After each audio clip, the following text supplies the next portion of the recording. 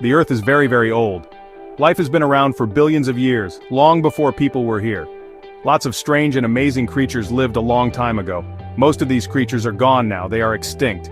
But sometimes, they left clues behind. These clues are called fossils. They tell us stories about life from long, long ago. Fossils are the leftover parts of old plants and animals, or they can be signs that they were there. Most fossils are found in rocks, especially in rocks called sedimentary rocks. These rocks build up in layers over many years. Usually only the hard parts of an animal turn into fossils, like bones, shells, or teeth. Turning into a fossil doesn't happen very often. Things have to be just right for it to happen. A plant or animal needs to get buried super fast. This keeps it safe from other animals and from rotting away. Over millions of years, tiny bits from the ground called minerals can replace the real parts. This turns the leftover parts into stone.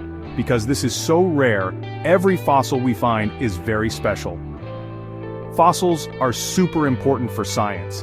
They teach us about the story of life on Earth.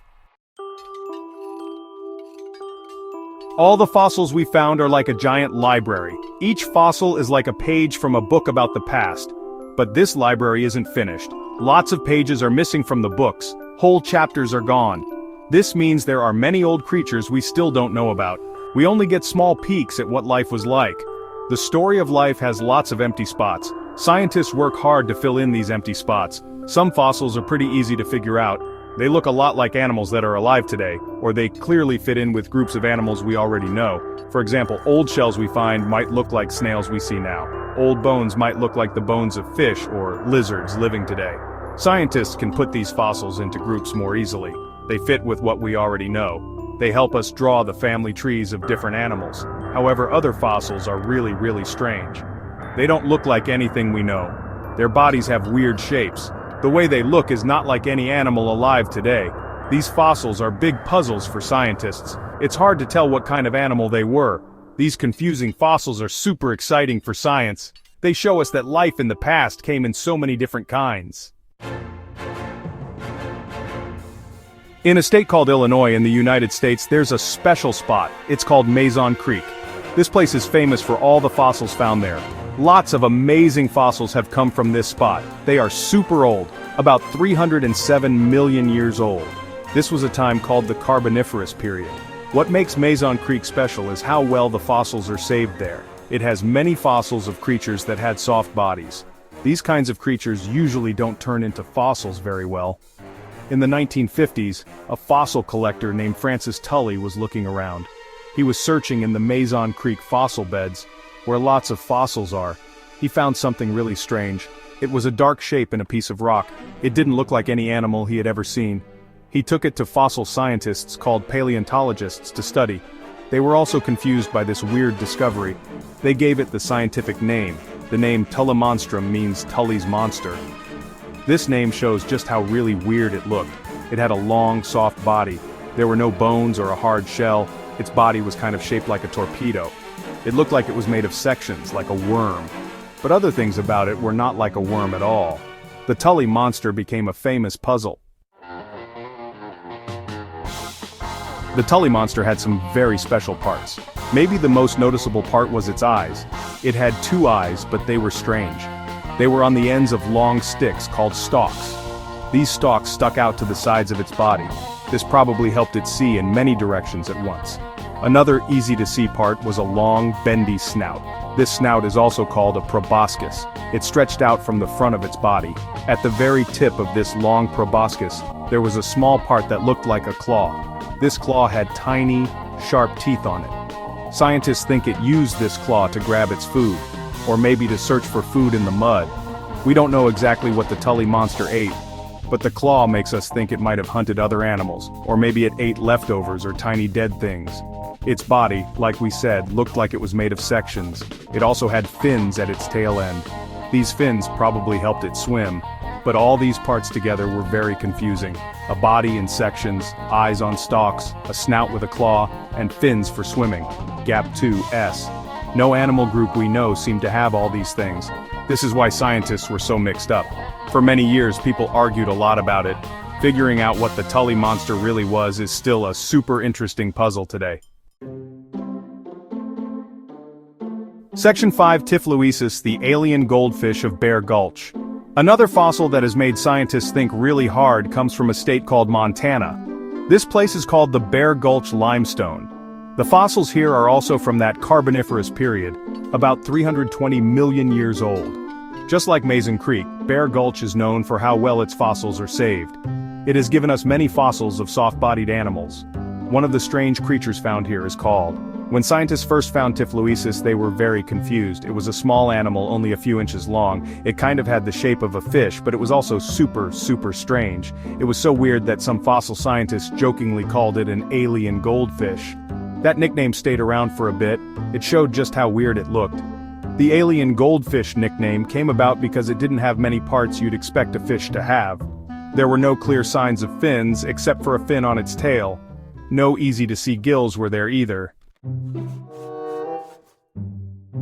Section 6. Figuring out Typhloesus. Was it a mollusk hiding? Typhloesus was a pretty small creature. Most examples we've found are about 9 centimeters long, that's about 3.5 inches. It had a smooth, torpedo-shaped body. This shape tells us it was probably a good swimmer. A clear tail fin has been seen at its back end. This fin would have helped push it through the water, but other fins, like fins on its sides, were not there. This made how it moved a puzzle. A big step in understanding Typhloesus came from its insides, where its food went. Inside the guts of some fossils, scientists found tiny, tooth-like hard parts. These are called conodont elements. For a very long time, these conodont elements were a mystery all by themselves. We knew about these tiny teeth for over 100 years, but we didn't know what animal they came from. Finding them inside Typhloesus was a very important clue. Later, scientists found out that conodont elements belonged to very old animals that had backbones but no jaws. These were small, eel-like creatures. So did Typhloesus have conodonts because it was one of these conodont animals? Some scientists thought so at first. However, Typhloesus itself didn't have any other parts that animals with backbones usually have. Section 7. The mysterious H and Y fossils, letters from a time before animals. Let's go even further back in time, way back. We're going to a time called the Precambrian era. This super long stretch of time came before the Cambrian period. Life during most of the Precambrian was very simple. Mostly tiny living things made of just one cell, like bacteria. But near the end of this time, living things that were more complicated started to show up. The fossils from this time are often very strange and very hard to understand. Many fossils from the late Precambrian are called problematica. This is a science word for fossils that we don't know what group they belong to. We just don't know what kind of living things they were. They don't fit into today's animal or plant groups. Some of these fossils have very simple shapes, but they are easy to recognize. These shapes can sometimes look like letters, or simple shapes like squares or circles. Trying to figure them out is a really big job. Imagine, for example, finding a fossil that looks like a string of beads, or one that kind of looks like the letter H when you look at it from the top.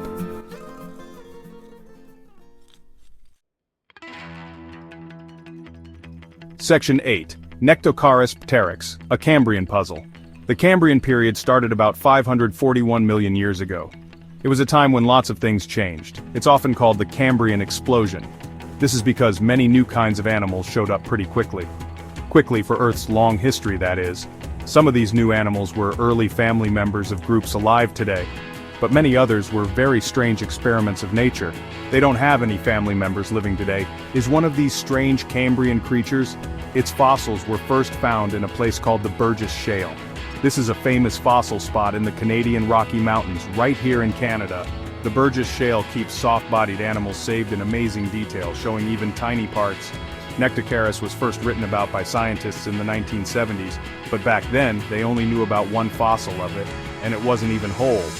This made it very hard to understand. It was a real puzzle.